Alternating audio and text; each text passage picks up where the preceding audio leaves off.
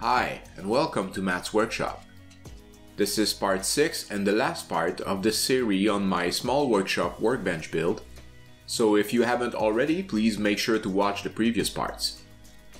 To those who mentioned their interest in getting some plans for this build, the plans are now available and I'll be explaining how to get them at the end of the video. In this video, I'll be showing the build and installation of the different components that are needed to finish the workbench, and then I'll give a general look around the workbench and all its features. First, I need to make the mobile jaw on the face vise. Originally, I thought I would make it out of hardwood, but I decided to try it with plywood first.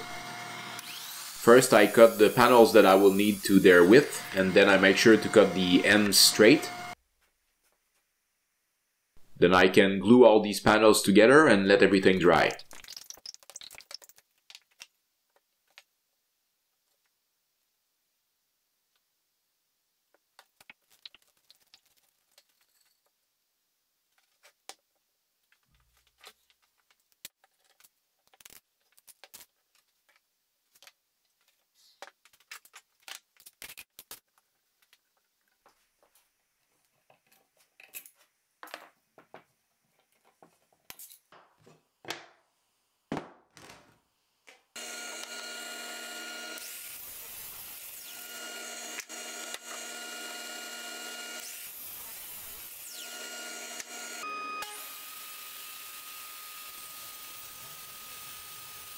Once the glue has cured, I take the part on the table saw once again to cut it to final width.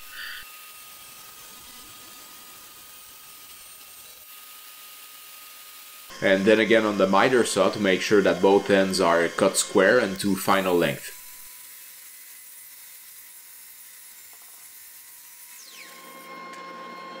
I now need to drill the 3 large holes that are there to accommodate the guide rod of the vise as well as the lead screw.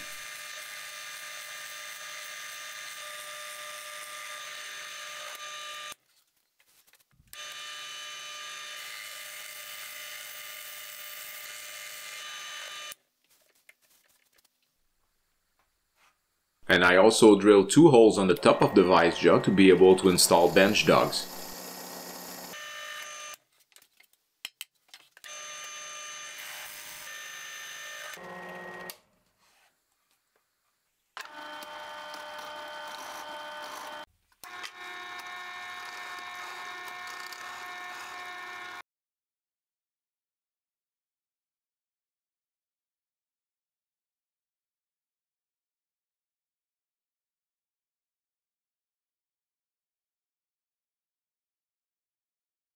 When completed, I can go ahead and install the jaw on the workbench.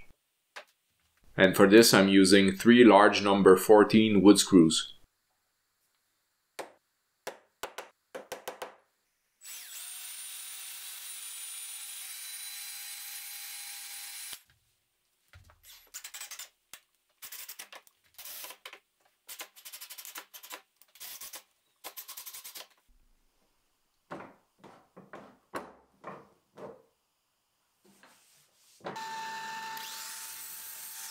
I also need a handle to open and close the vise, and for this I'm using off-the-shelf wood dowels. I just cut everything to length on the miter saw. And then there's just a few holes to drills and a few turning operations.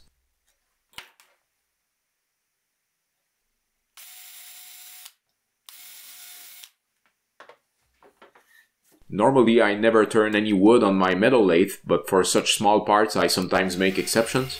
I just make sure to cover the bed of the lathe properly.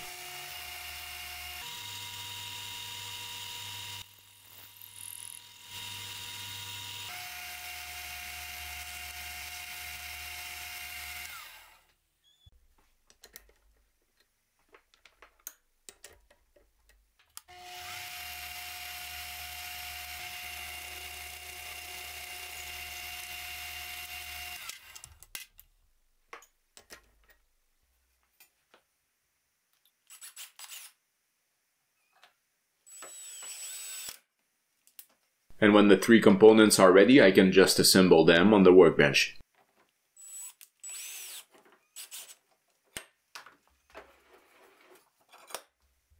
Next, it's time to build the toolboxes that I'll be installing at both ends of the workbench. I cut everything out of the same Russian birch plywood material I used for the whole frame of the workbench, but it's a thinner thickness. This one is about a ½ inch, so 12 millimeters. So the advantage of using this type of plywood is that it's normally pretty straight, and I can use it directly and make a very simple frame. Again, here I start on the table saw and I cut the panels I need to their rough dimensions.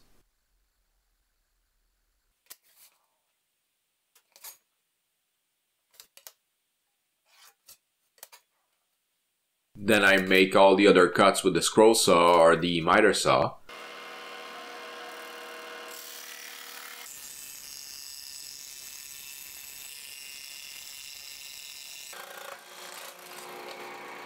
And then it's just a matter of gluing and nailing all the panels together, so that's what you see me do here.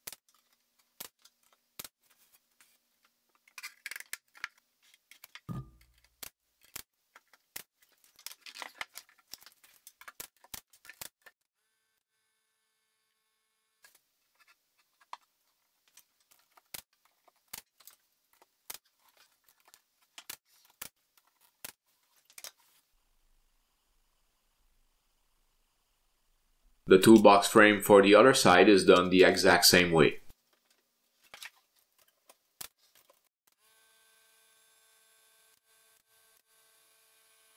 On one of the toolbox I decided to have some drawers at the top, and again the construction of these drawers is pretty basic.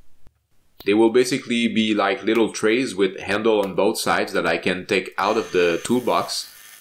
They don't have any drawer slides installed on either side of them. They just slide in the toolbox on some aluminum extrusion that I'll be showing later. So here you see all the different drilling and cutting operation that were needed for those drawers.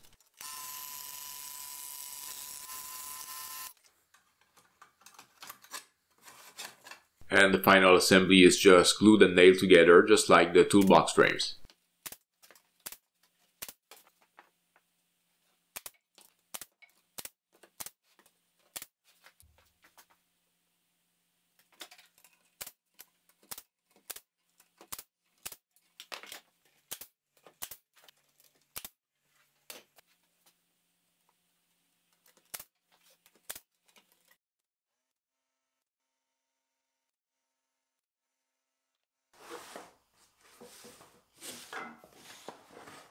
To attach the toolboxes on the workbench frame, I've decided to use French cleats.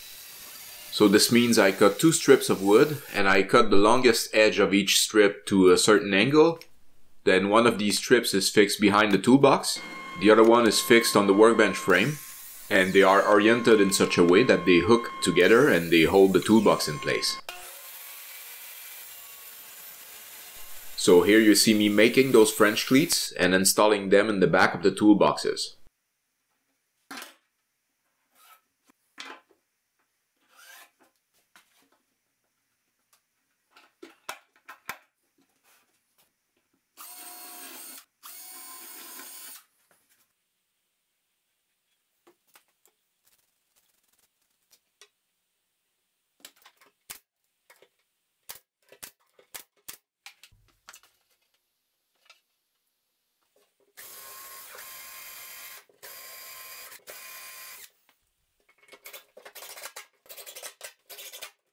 I also installed some stoppers at the bottom of the toolbox to compensate for the thickness of the French cleat.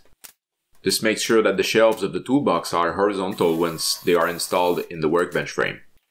Next, I need to make the tracks that will support the drawers in one of the toolbox. These are made out of 3/4 inch L-shaped aluminum extrusions. I start by cutting them to length on the miter saw, and I just drill and countersink some mounting holes to fix them on the toolbox.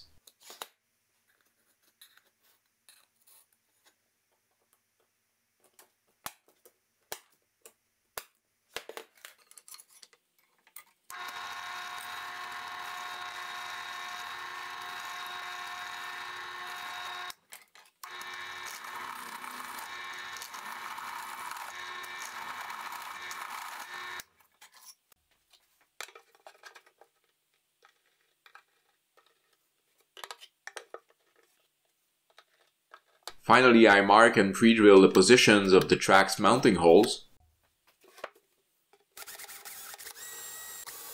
And then I can screw them in place.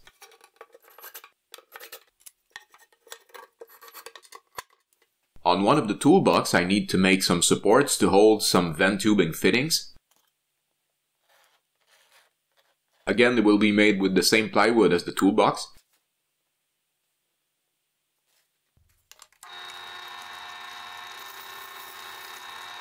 I use the scroll saw to cut the main hole for the fitting.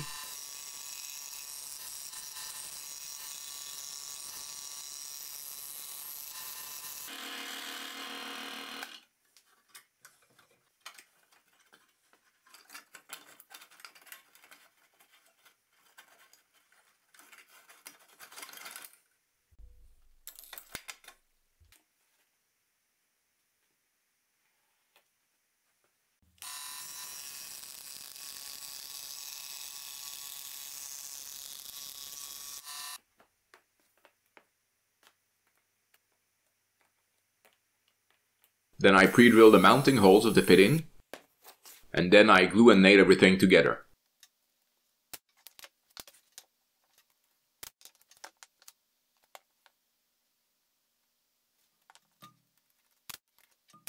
On the toolbox frame, I mark the position for those supports.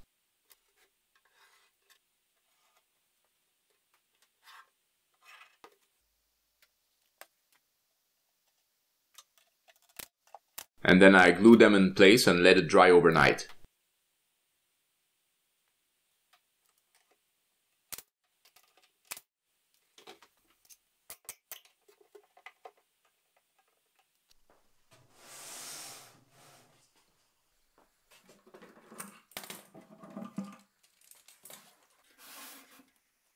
When the supports are fixed, I can install the fittings into them.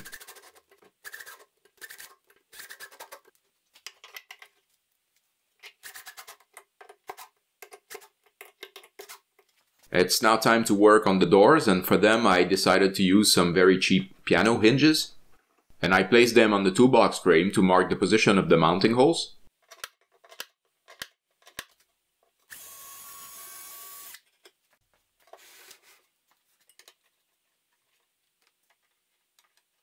Then I head back to the table saw, and again with the same material I cut the panels for the doors.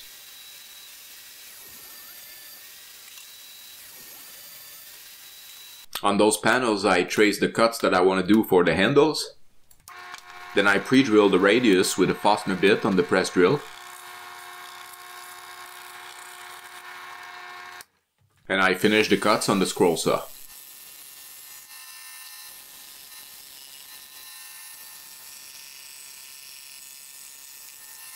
Using the hinge as a reference, I mark again the mounting holes on the doors themselves.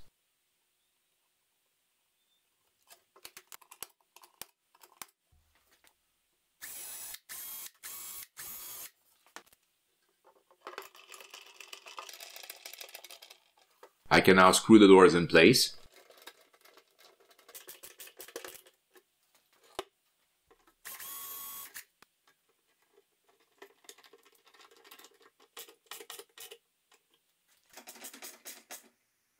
Then I install some magnetic doors holders.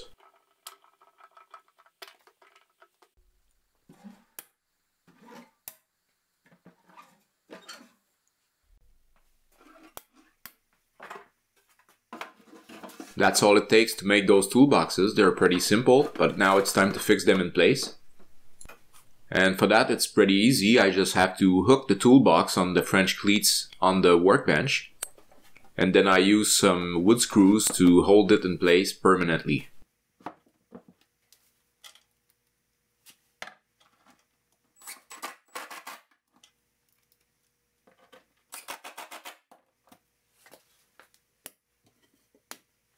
And it's the same on the other side.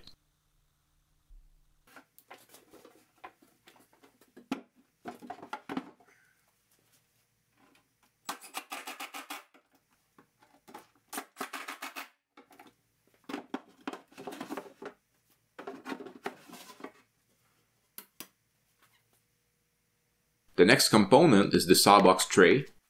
This tray is just a large low-profile bin that will be nested underneath the sawbox. And the assembly is really quite similar to the drawers you saw me do for the toolboxes. With every panel pre-cut to width, I just need to make the cutouts for the handle holes.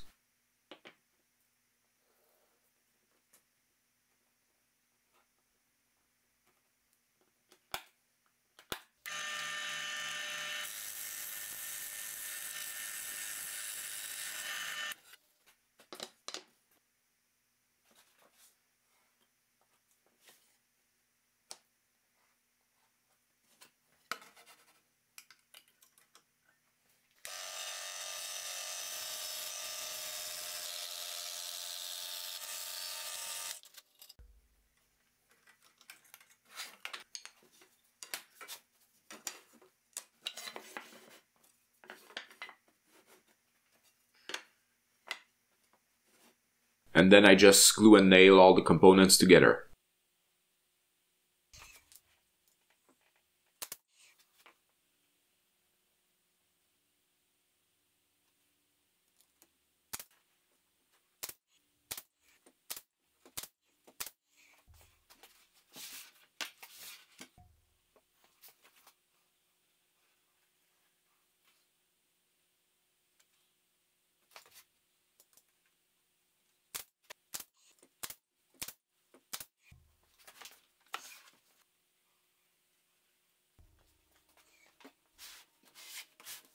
I cut the sharp corners using a handsaw.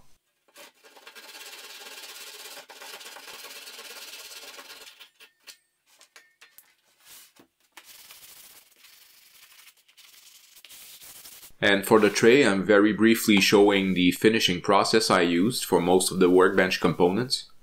I just apply some tongue oil using a rag.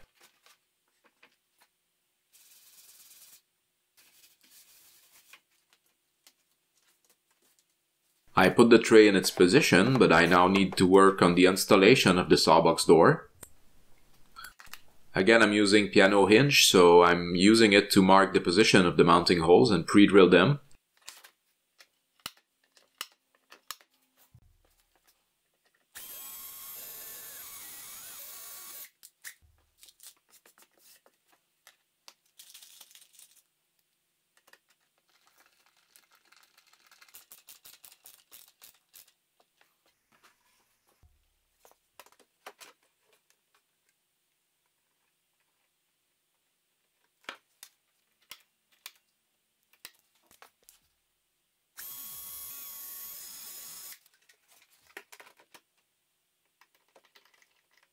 I now screw the door in place.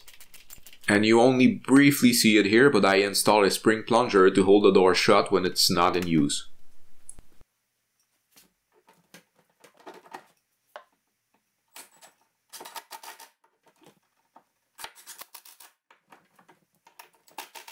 I also install a very simple support to hold the power cord of the workbench. Finally, the last operation I need to do is to install the T-tracks on the workbench top. These will be replacing the original tracks of the table saw, but it will also use those tracks to help locate the table saw in place. These new tracks will be running along the whole width of the workbench top, so the first step I need to do is to cut them to length.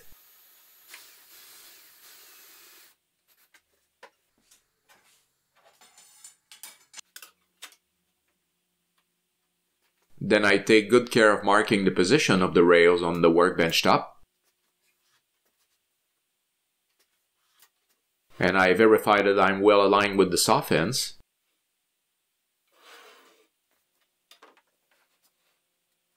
I install an aluminum saw guide on the workbench top, and I use it along with the router to cut the slots in which the tracks will be installed.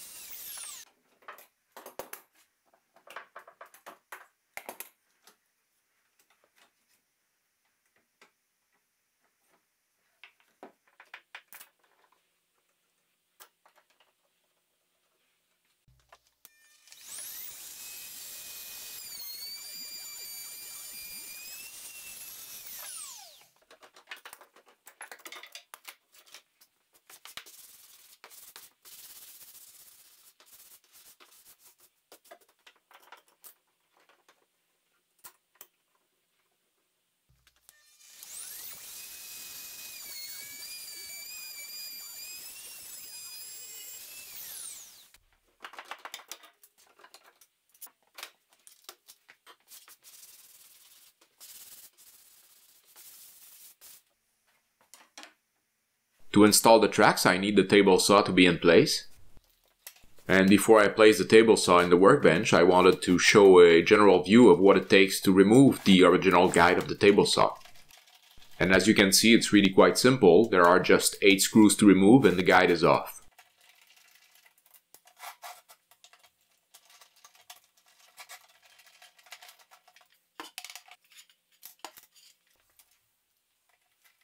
And now you will see the whole process of installing the table saw in the workbench. First I remove the tray, and then I start to lower the saw box, which also opens the door at the same time. When the saw box is low enough, I can open the drawer, and I can place the table saw in the drawer, and you can see the little shims that go underneath the legs to adjust the height. Then I push the drawer in and I plug the power cord.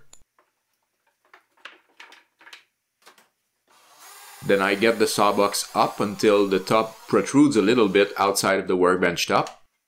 Then I engage the locking pin spring mechanism, and I lower down the sawbox just a little bit to engage the pins. I install some wedges to make sure that the table saw is pushed in place on the workbench top. Then I can start to install the T-tracks.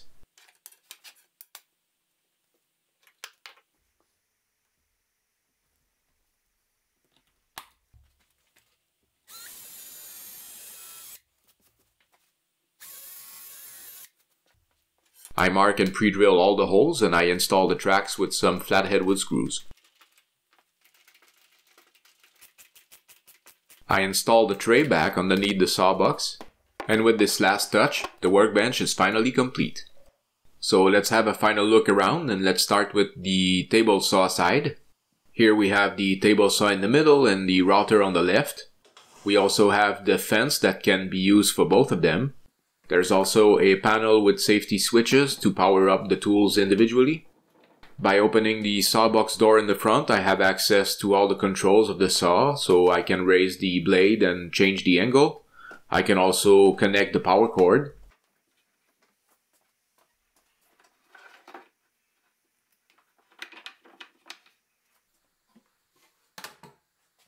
On each leg I have installed retractable casters so I can move the workbench around easily. And here you have a view of the sawbox locking mechanism, as well as the drive shaft for the hoist mechanism. You can see again here the saw fence locking mechanism and the different ways you can lock it.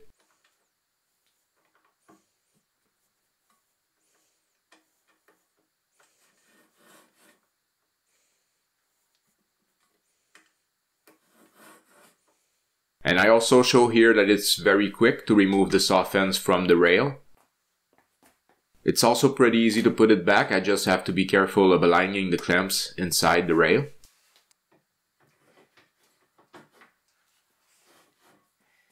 And here's an example of using the saw fence to cut a small panel. And when I'm done, I just retract the saw. Some viewers have questioned the rigidity of the fence, and with good reasons. Having too much flex in the fence can lead to higher risks of kickback. There is a small amount of flex, as you can see, if you push hard on the fence. But it's really not all that bad, and I'm gonna try it like that for a while, because I also know that I can clamp the fence if I need to. From the router side of the workbench, now you can see the access door to the router itself. I can connect it to its power cord and flip the switch on, and just shut the door. The router box also have 2 drawers for different accessories.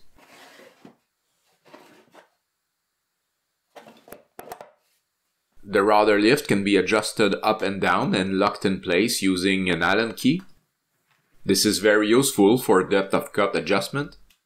And again, I can use the fence to guide my piece to the router. Underneath the router, I have a 2-door cabinet to store different tools or various stuff.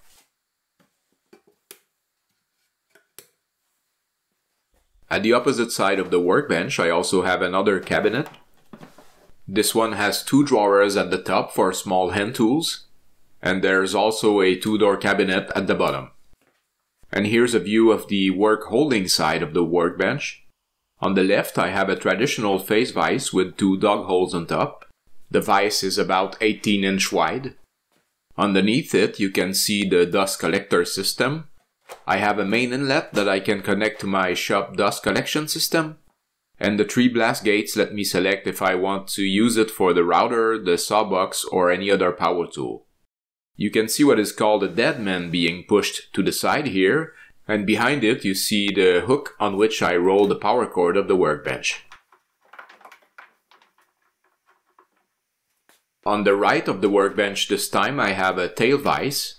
This model is made by Veritas and it's called an inset vise.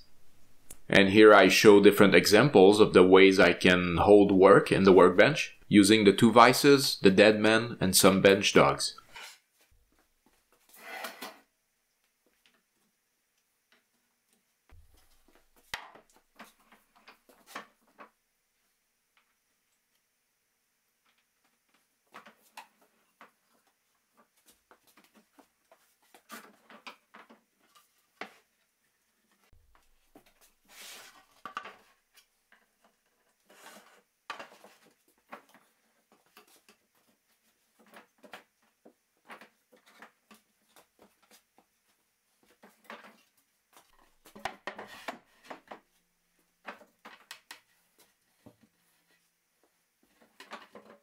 So this is it. As you watch these final images of the workbench in my small workshop, the only thing left for me to do is to explain to you how to get the drawings of this design. Quite a lot of people have asked about it, so I've put together some plans.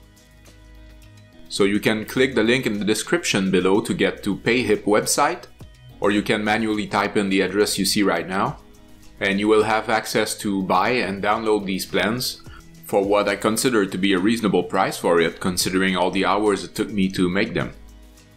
So this is the end of my video series of the build of my workbench. I hope you enjoyed watching it. If you want to have more contents like this, please like and subscribe and leave a comment below. Thanks for watching.